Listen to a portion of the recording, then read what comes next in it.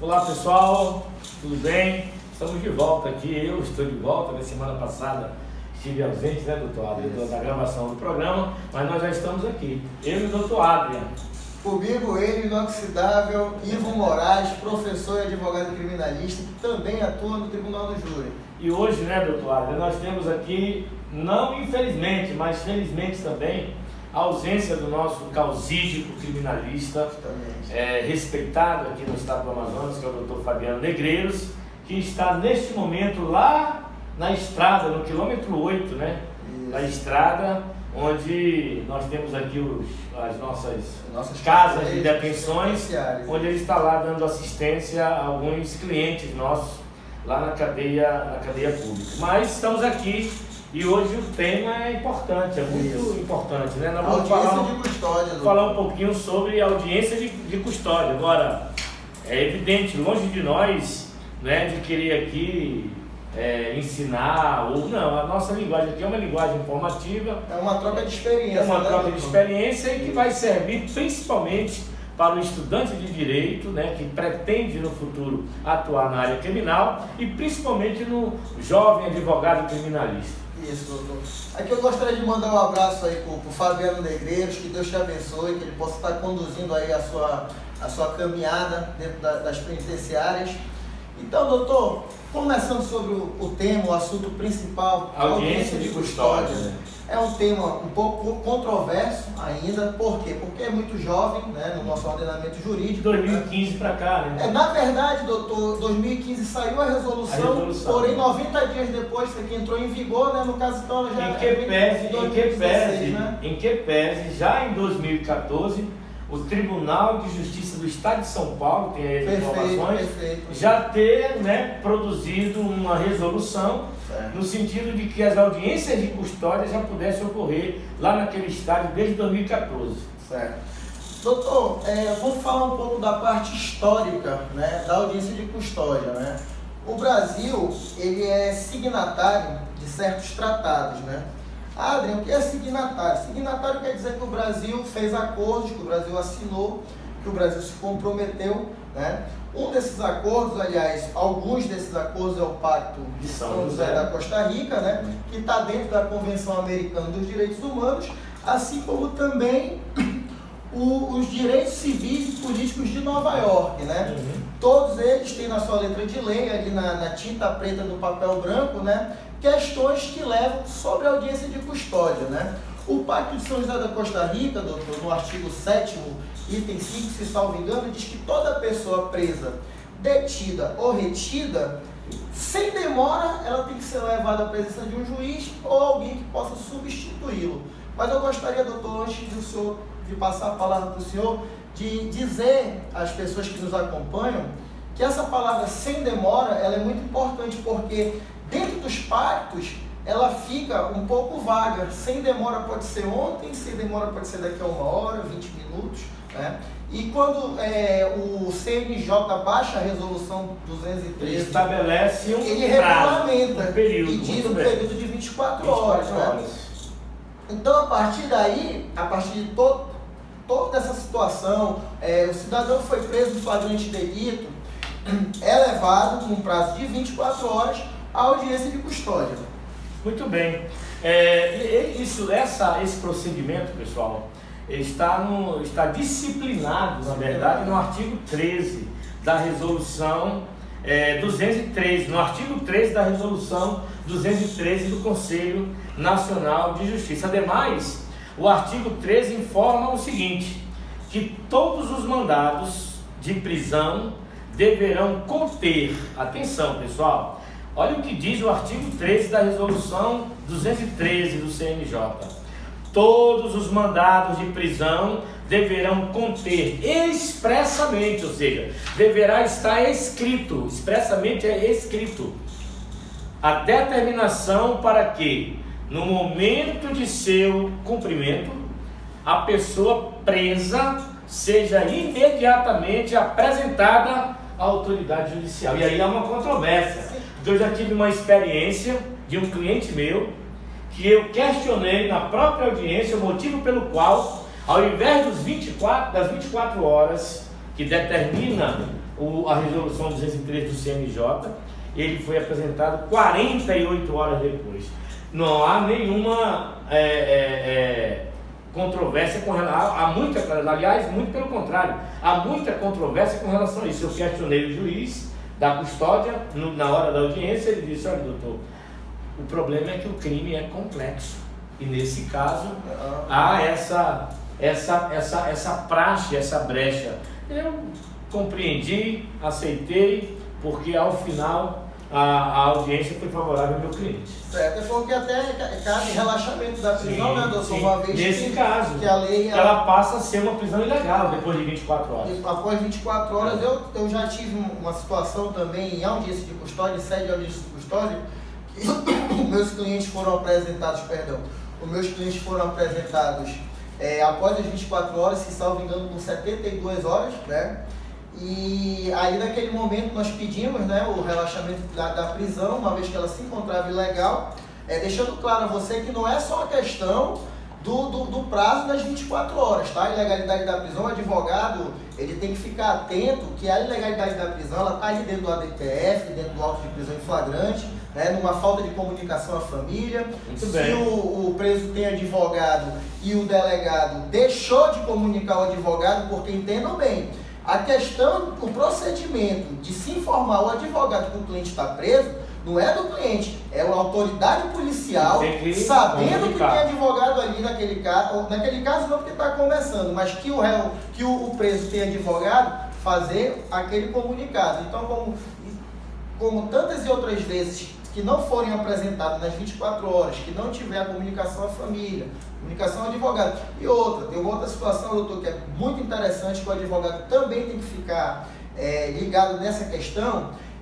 Caso o preso não tenha advogado, declare que não tem advogado, tem que ser a Defensoria Pública tem que ser comunicado. Tem que ser comunicado a Defensoria Agora, Pública. doutor Adler, ainda endossando essa reflexão que é muito importante, que Vossa Excelência coloca, e aí, sem muita delonga, eu queria apenas dizer que a finalidade prática da audiência de custódia, a audiência de custódia, meus amigos, ela tem uma finalidade prática, e muitas vezes alguns membros, inclusive do Ministério Público, não conseguem compreender e ter consciência disso. Mas a audiência de custódia, ela tem uma finalidade prática. E qual é essa finalidade prática? É verificar se a prisão ocorreu de forma legal ou não. Essa é uma das finalidades práticas da audiência de custódia. É o advogado, o Ministério Público e o juiz observar se a prisão ela ocorreu de forma legal ou ilegal. Uma outra finalidade é verificar a existência de tortura ou maus tratos. Porque às vezes o preso leva um cacete, leva muita burdoada, e isso é tortura, isso não pode, isso é ilegal, isso é abuso, isso é tortura e abuso. E se a prisão deve ser mantida ou não.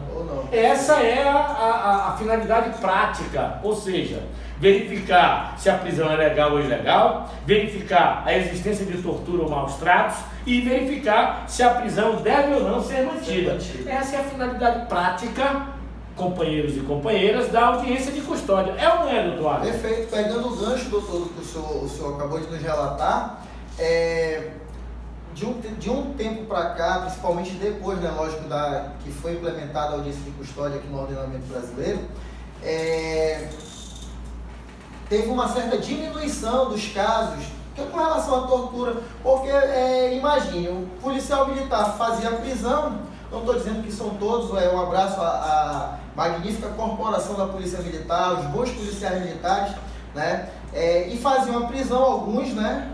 E ali eles espancavam para que a pessoa entregasse, ou batiam, faziam todo tipo de aberrações jurídicas, né? E como a audiência de custódia teve essa diminuição. Por quê? Porque sabe-se o policial que caso ele venha a agredir o preso, caso ele venha a torturar o preso, aquele preso vai ser relaxado a prisão dele e sair de audiência de custódia, uma vez que é para isso que ela serve. Rapidinho, doutor, a doutora que é juíza no Espírito Santo, doutora Daniele Araújo, se salvo engano, esse é o seu sobrenome, se estiver errado, me perdoe, excelência. Ela diz do quê? que a audiência de custódia, ela não é para soltar preso de forma deliberada, de forma inconsequente, sem nenhum amparo legal. Não, a audiência de custódia, ela é justamente para qualificar as entradas no presídio e não para soltar preso de qualquer jeito, coloca na rua, não. Não ache você, cidadão, falando agora para o cidadão que nos assiste, que a audiência de custódia é para soltar preso. Não é assim que funciona. Se o cara já tem maus antecedentes, se ele já é um condenado de justiça, dificilmente ele vai ter a sua prisão ali, ele vai ter a sua prisão convertida, aliás, dificilmente não. Com certeza ele terá sua prisão em flagrante convertida por uma preventiva, né? E dificilmente logrará êxito o advogado em colocar aquele preso em liberdade naquele momento. E só para não perder a linha do raciocínio, doutor, a questão da audiência de custódia, porque antigamente o preso, ele ia preso aqui em flagrante, né, dando um exemplo, ele ia preso em flagrante, e 3 meses, 5 meses, 1 ano depois é que ele seria... A primeira audiência para o juiz ter o contato com ele. E ali já tinha assumido vestígios de agressão, né, a situação, se foi informada a família, se foi informado o advogado, tudo isso já teria perdido o objeto, né? Então, mas isso não impede o advogado, antigamente não impedia, de um advogado, o cara foi preso em flagrante, na semana que distribui o processo, entrar com pedido de relaxamento de prisão, ou seja, a pessoa presa, se ela viesse a compor esses requisitos objetivos, ela com certeza iria responder o processo de liberdade. Por fim, doutor Abner, aquilo que eu acabei de colocar, os três requisitos que devem ser observados, certo, que são a finalidade prática da audiência de custódia, quais sejam a existência, se a prisão ocorreu de forma legal ou ilegal, se houve tortura ou não, maus tratos, e se a prisão deve ser mantida. E essa finalidade, ela é extremamente importante, e o advogado, ele tem que ter isso muito claro na mente. Justamente. Porque depois que começa a audiência de custódia, vem o juiz, ele passa a palavra para o Ministério Público, que geralmente pede a conversão do flagrante para a preventiva. É muito importante que você, jovem advogado principalmente, você que está fazendo as suas primeiras audiências de custódia, não deixe que o Ministério Público, principalmente o Ministério Público, adentre no mérito da questão. Doutor, o que é o mérito? Adri, o que é o mérito? O mérito da questão é a quantidade da droga, a materialidade, se foi ele ou se não foi ele. Essas questões, elas não são apropriadas para a audiência de custódia. A audiência de custódia é para ver tão somente ilegalidade da prisão. Se a prisão está legal, homologa-se o flagrante e vai ver o caráter pessoal do réu. O que é o caráter pessoal do réu? Se ele é primário, se ele tem bons antecedentes, se ele comprova residência fixa, se ele comprova trabalho lícito. Ele comprovando esses 4 requisitos, posteriormente é só analisar, passar para analisar se vai garantir a ordem pública, né, se ele não vai dar problema nenhum no processo, se ele não vai fugir. Estando isso muito bem relacionado naquela questão, o juiz pode sim homologar o flagrante e não converter aquele flagrante para preventiva. Por que ele homologou o flagrante? Porque o flagrante não estava ilegal, né? O flagrante estava normal. Doutor Abner, ainda pegando o gancho do que você está colocando, é preciso a gente lembrar que o artigo 5º, inciso 65 da Constituição Federal, ele trata dessa questão com relação à ilegalidade da prisão. Diz assim textualmente: a prisão ilegal será imediatamente relaxada pela autoridade judiciária. É nesse ponto que nós, os advogados criminalistas, devemos estar atentos a essa finalidade, né? E ao jovem advogado, muito mais. Por isso que eu repito, não esqueça de ler, quem está começando agora na atividade criminal, na advocacia criminal, não pode deixar de ler a resolução 213 do CNJ, que trata justamente da audiência de custódia. Então, pessoal, nessa esteira, qual é o papel do advogado? O advogado deve verificar se consta no auto de prisão em flagrante as seguintes situações: os termos de depoimento do condutor, a pessoa que prendeu, né? A declaração das testemunhas, se está lá no auto de prisão em flagrante, as notas de culpa, a comunicação das pessoas integrantes da família, do flagranteado, e depois e depois ainda tem que verificar se consta a comunicação ao advogado. Se o preso não tiver o advogado, se houve a comunicação à Defensoria Pública e ao Ministério Público. Isso, o advogado criminalista que vai para a audiência de custódia, ele tem que observar no auto de prisão em flagrante. Por isso que antes de ir, você dá uma verificada no auto de prisão em flagrante, no APF, para poder você tomar a ciência. Ademais, tem que verificar o seguinte, doutor Adriano. Primeiro, há prova suficiente que comprove a prática delitiva. Segundo, o tempo exigido pelo estado de flagrância foi muito superior a 24 horas. Terceiro, se ocorreram flagrantes forjados e preparados. Isso é uma outra questão que o advogado tem que observar. Tudo isso vai cair dentro do relaxamento da prisão. Tudo dentro do relaxamento da prisão. Observar isso na documentação e fazer as ponderações na audiência de custódia. Levantar essas questões. Além disso, verificar se a exigência prevista no artigo 304 do Código de Processo Penal estão corretas. Quais são essas, doutor Adriano? Essas exigências do artigo 304 do Código Penal? Eu creio que seja a questão do condutor, Código de Processo Penal. Artigo 304. Apresentado o preso à autoridade competente, ouvirá esta o condutor e colherá desde logo sua assinatura, entregando a este cópia do termo e recibo de entrega do preso. Entenderam, pessoal? Se não tiver aí cumprido no auto de prisão em flagrante, o que determina o artigo 304 do Código de Processo Penal, esta prisão ela é passiva de relaxamento. Perfeito. E mais, um ponto importante também, doutor Adriano, é que na audiência de custódia, inclusive Vossa Excelência ainda há pouco tocou, não se discute o mérito.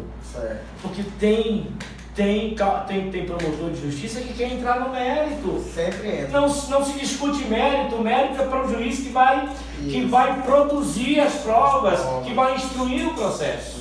Não é verdade? Então nós temos que estar atentos para isso. E, inclusive o que determina o inciso 8º do artigo 8º, que diz: a autoridade judiciária da resolução 213 diz assim: a autoridade judiciária ela deve abster-se de formular perguntas com finalidade de produzir prova para a investigação ou ação penal relativas aos fatos objeto do auto de prisão em flagrante. Segundo, devem ser evitadas perguntas relativas ao mérito dos fatos e que possam constituir eventual imputação. Esse não é o momento para esse tipo de inquirição. Esse tipo de inquirição, né, para se buscar a autoria, para se buscar a materialidade, para se buscar a verdade real, é um outro momento. É um outro momento processual, não nesse. Perfeito. Outra coisa, doutor, dizer para você também, jovem advogado, quando for fazer audiência de custódia, que você não vá desmuniciado. O que eu quero dizer com você não ir desmuniciado? O auto de prisão em flagrante foi produzido e ele vai ser enviado à autoridade judiciária. Ali vai gerar um número. E aquele ADPF ele vai ser digitalizado. Então o advogado já vai ter acesso, em saída de audiência de custódia, antes da sua audiência, aos autos de prisão em flagrante. Naquele momento, eu particularmente, doutor, em certos casos, eu já junto comprovante de residência, sim, né, certidão negativa com relação aos seus antecedentes, certidão de casamento se for casado, certidão de filhos menores, né? Então o advogado ele não pode chegar na audiência de custódia sem nenhum desses documentos nas mãos. E querer, é bem fácil nós raciocinarmos, senhores. Doutor, nós temos aí, no nosso último vídeo, Cristiano Manaus, creio que seja isso, né, produção?